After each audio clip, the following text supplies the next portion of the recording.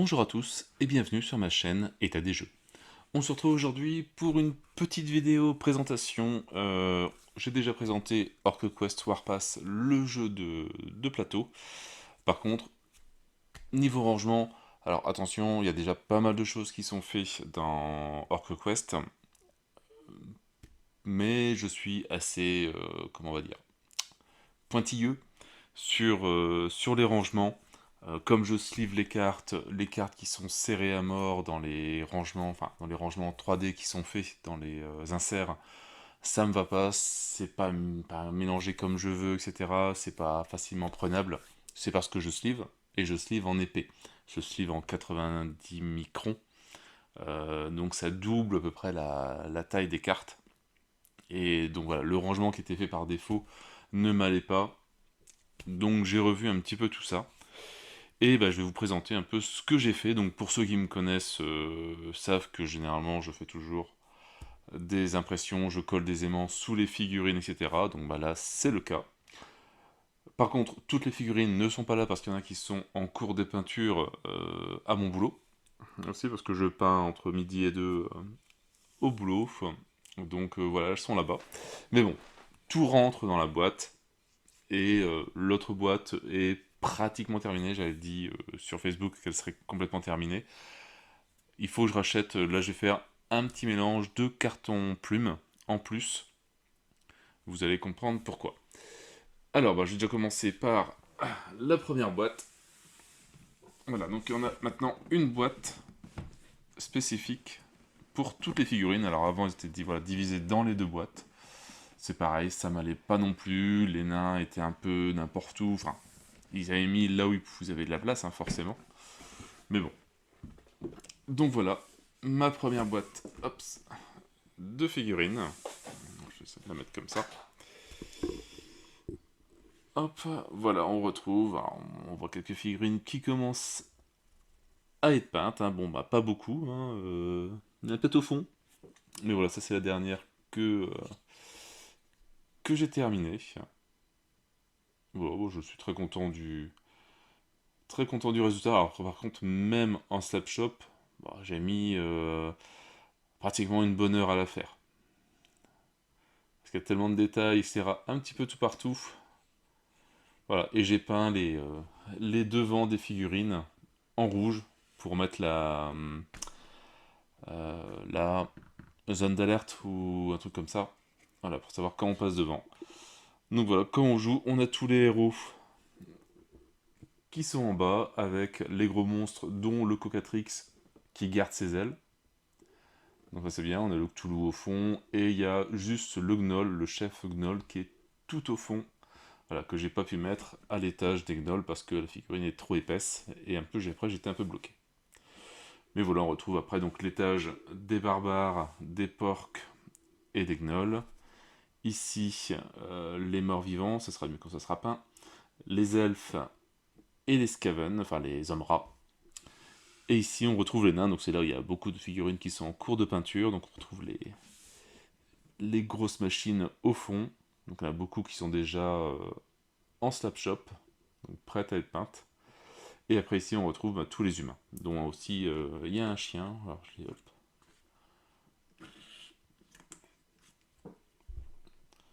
Voilà, un petit chien qui est peint. Et il faut pareil, donc ça c'est que du slapshop, hein, il n'y a pas d'autres teintes, même voilà, les métalliques, c'est du slapshop métallique aussi. Et vraiment le rendu est toujours sympa. Je fais le socle noir, je fais pas de décor, mais le bord devant en rouge pour dire la zone d'alerte. Enfin d'alerte ou je sais plus.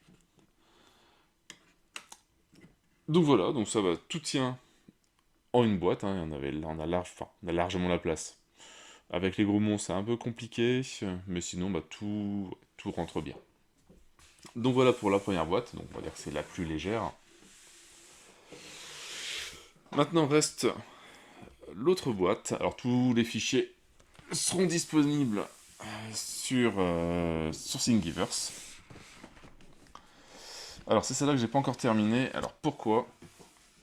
Parce que non, il y avait énormément d'espace au-dessus, donc à peu près ça d'espace, il y a tout ça qui est pris dedans. Donc ce que je vais faire, c'est que je vais combler en carton plume le fond.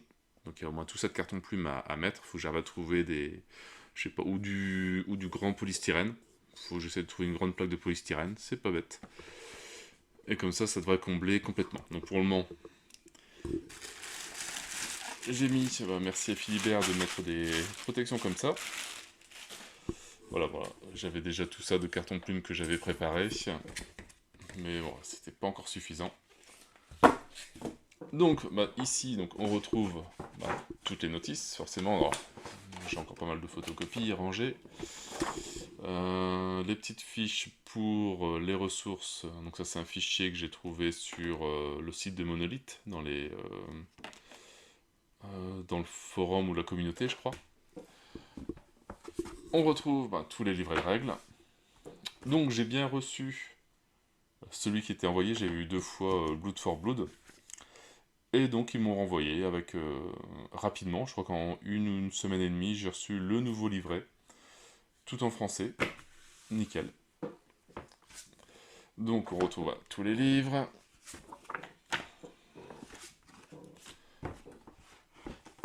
On a un paquet. Hop, les petites fiches que je me suis imprimées, qui sont pareil disponibles sur le site de Monolith. Et voilà, alors pareil, ce que j'ai pas encore fait, faut que je vois, c'est avec mon imprimante étiquette. Nommer un petit peu tout ce qu'il y a à l'intérieur. Alors, ce qu'on retrouve, bon, ça c'est pas. Hop, on va prendre un premier truc, hop, ici. Un petit rangement où on retrouve donc déjà tous les marqueurs pour les alertes et les points badass et la limite badass. Donc tout est rangé. Alors d'une main, c'est pas forcément évident. Hop, voilà, donc tout est bloqué. De l'autre côté, on retrouve donc les portes ouvertes ou fermées, les murs cassés, les portes fracassées, les portes blindées, donc là que j'ai ajusté au nombre de portes qu'on avait, les jetons patrouille et patrouille alertée. Ici, tous les tokens 1, 2, 3, 4, 5, 6 avec les points d'exclamation, et je crois que c'est tout ce que j'ai mis dedans. Ouais. Voilà, donc comme ça on les retrouve hop, facilement.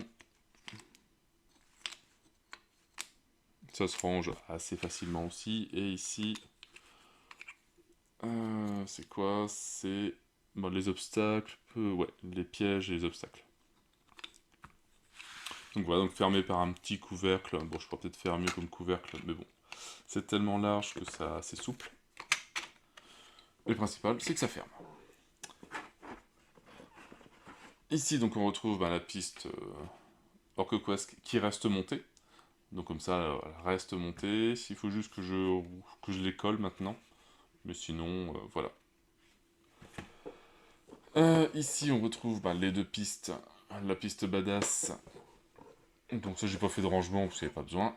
Et la piste d'alerte. Après, qu'est-ce qu'on retrouve? Donc ça, c'est une partie en cours. Hop. Une petite boîte. Qu'est-ce qu'on a dedans?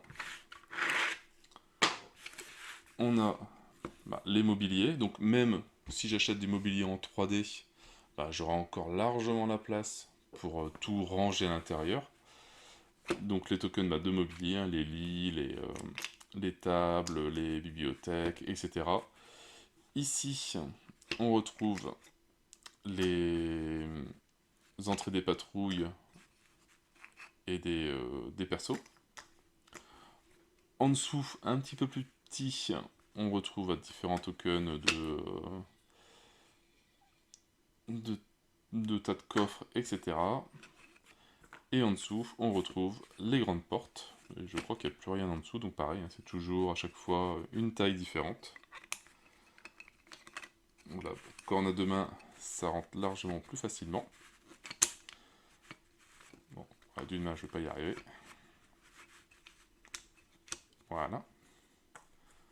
Après, on remet ça, logiquement, hop, ça tombe directement dans le bon sens. Ici, les tonneaux.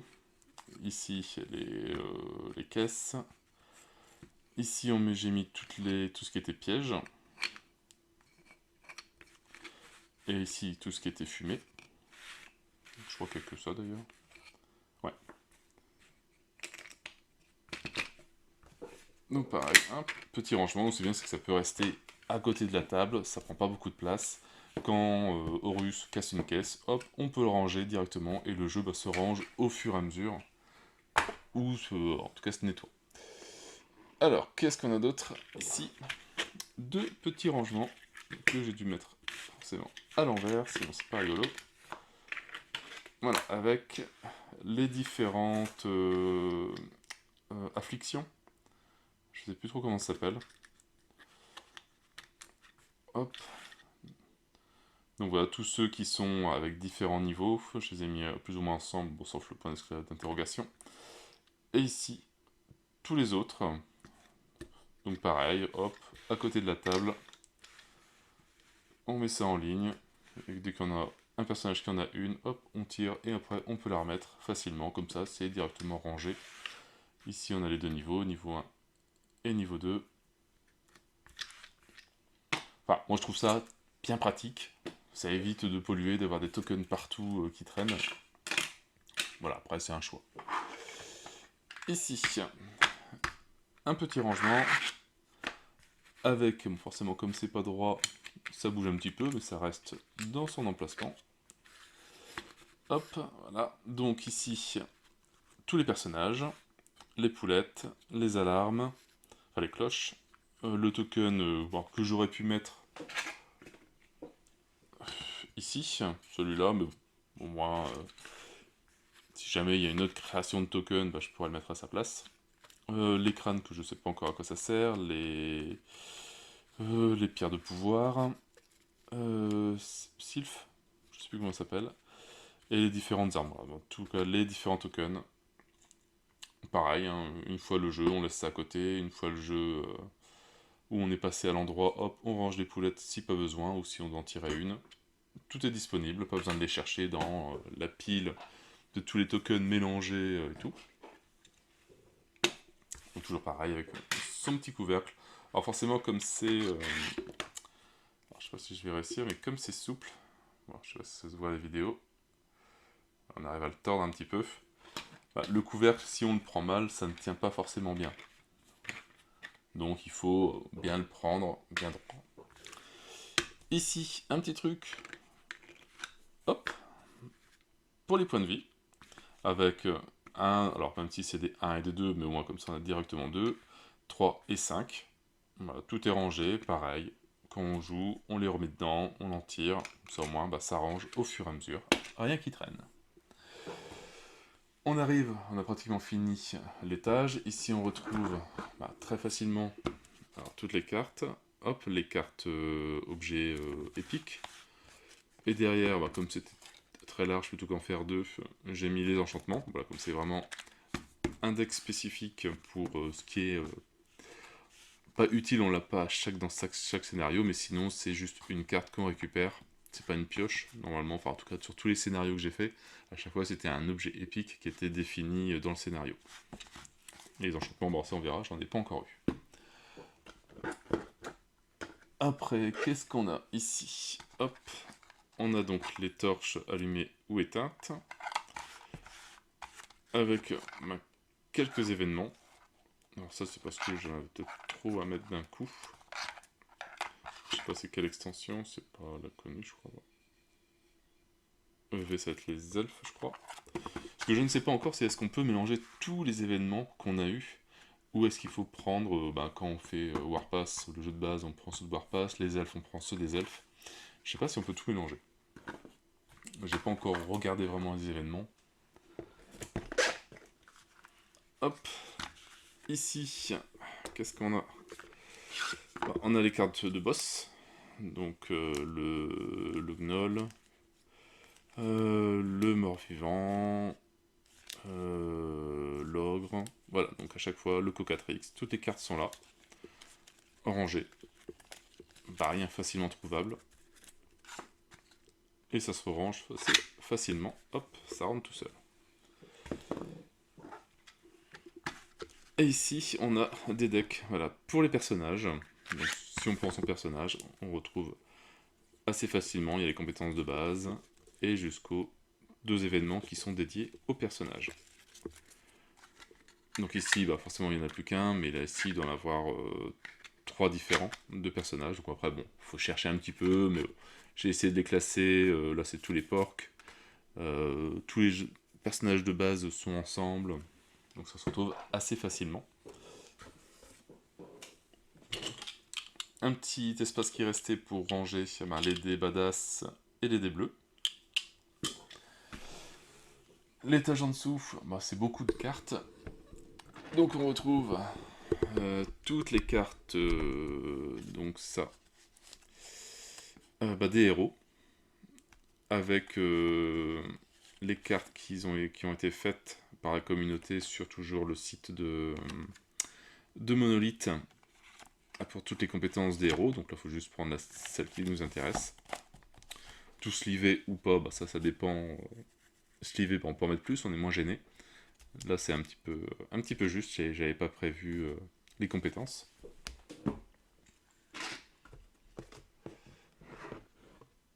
Hop, plus épais.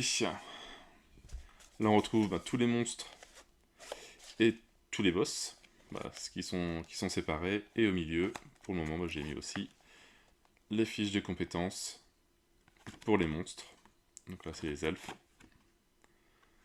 Voilà, et je sais qu'ils ont sorti aussi les fiches pour les boss. Ça, je les ai pas encore fait. Donc j'espère, là, je devrais avoir encore un petit peu de place en serrant un peu. Mais bon, ça devrait tenir. Entre les deux, un petit rangement. Hop, pour mettre tous les dés. Là, c'est que les dés d'attaque. Voilà, comme ça, au moins, ils sont séparés des autres. Mais on prend vraiment ceux qui nous intéressent au fur et à mesure. Voilà, je savais pas faire ça. Mais bon. Là, c'est tous les dés de défense. Forcément.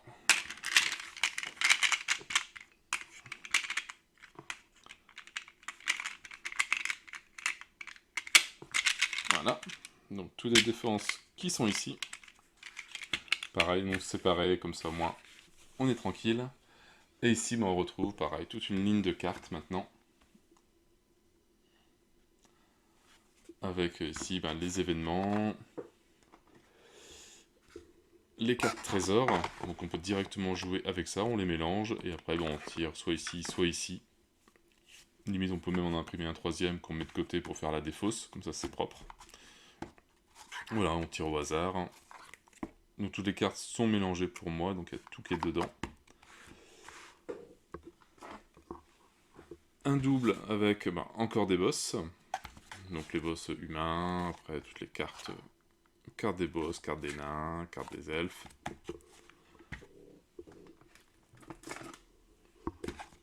Ici, on retrouve toutes les cartes de niveau 3. Donc, il faut juste maintenant que je les range par ordre alphabétique pour les retrouver plus facilement.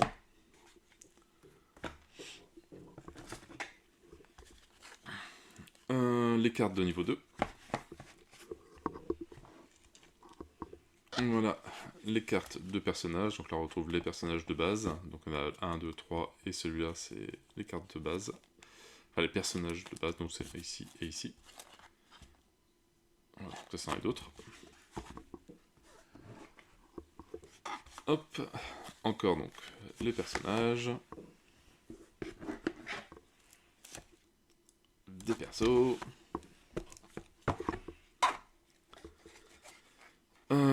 Les cartes de patrouille.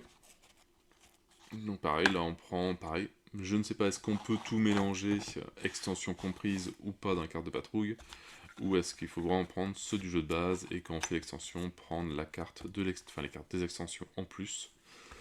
Ça je sais pas, j'ai pas vu dans les règles. Je vais essayer de débarrasser un petit peu tout ça. Donc ce qui est bien c'est qu'on prend son personnage et après on peut ranger tout le reste.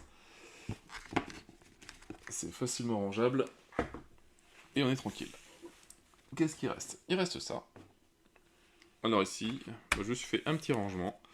En niveau 1, on a la grande tuile. En niveau 2, la tuile plus petite. En niveau 3, la tuile encore plus petite. En niveau 4, encore plus petit. Et en dernier niveau, la grille. Voilà, ce qui permet de prendre beaucoup moins de place et que ça se range très facilement, tranquillement. Ici, je pense qu'il reste plus de cartes en tout cas. Et maintenant, donc on arrive aux tuiles. Donc toutes les tuiles sont ici. Et sur les côtés, on retrouve... C'est là il faut que je mette des petits noms dessus. Les rangements pour les humains, pour les tokens. Donc par exemple, hop, ici, voilà, les patrouilles. Donc on prend ce qu'on a besoin.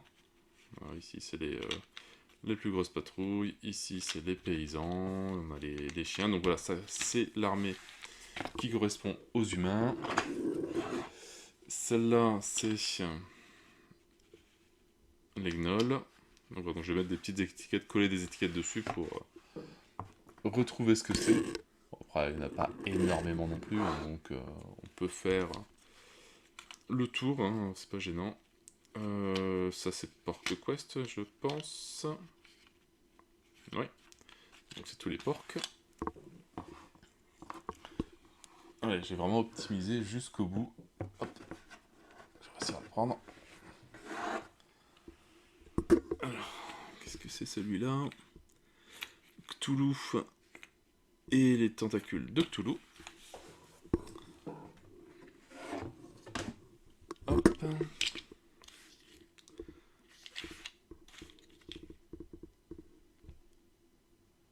Les Skaven, enfin les hommes rats. Ouais.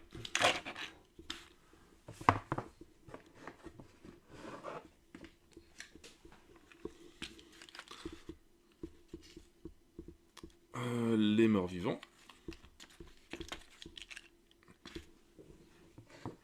Parce que c'est pareil, le rangement était sympa, mais tout était mélangé. Pour les retrouver, c'était pas évident. Ici, les elfes. Alors c'est vrai que j'aurais pu imprimer des longues longueurs. La taille de ma imprimante, c'est 22 cm. Pour en faire qu'un, et c'est vrai que j'aurais pu faire ça.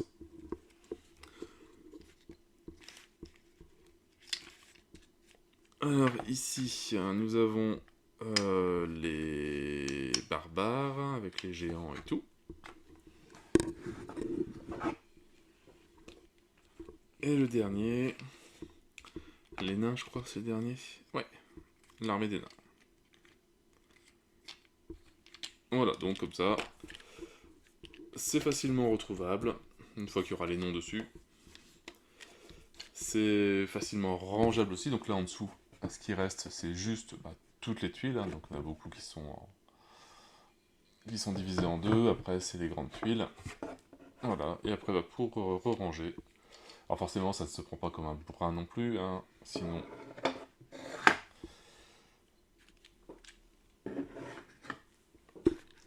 ça peut tomber.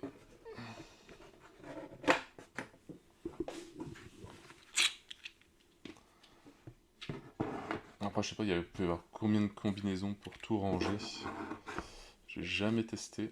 Donc, si jamais on les met, on va dire n'importe comment, est-ce qu'on arrive toujours à tout mettre ou pas?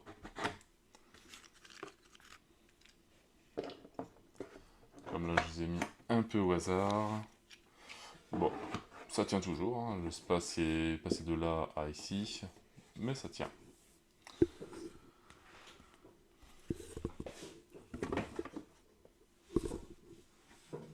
Hop, après c'est... on met les cartes, donc je vais mettre ça après, ça va mettre tout de suite. Voilà, donc pareil, ça on fait... Je vais le ce sera plus simple. Les cartes des paysans, on met ça ici. Alors, je crois que c'est comme ça. Après, moi j'ai mon plan sur Thinkercad pour retrouver ça ici, ça là.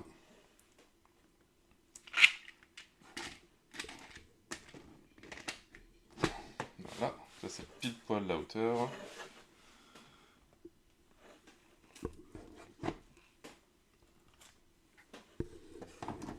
Voilà.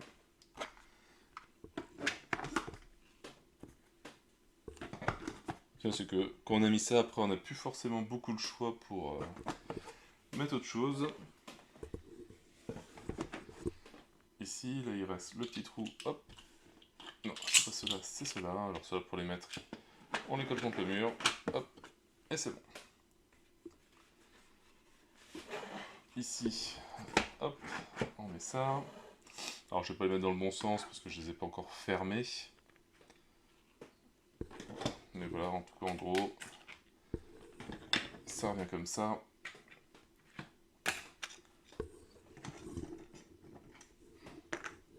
Ça ici, il doit rester des cartes, hop.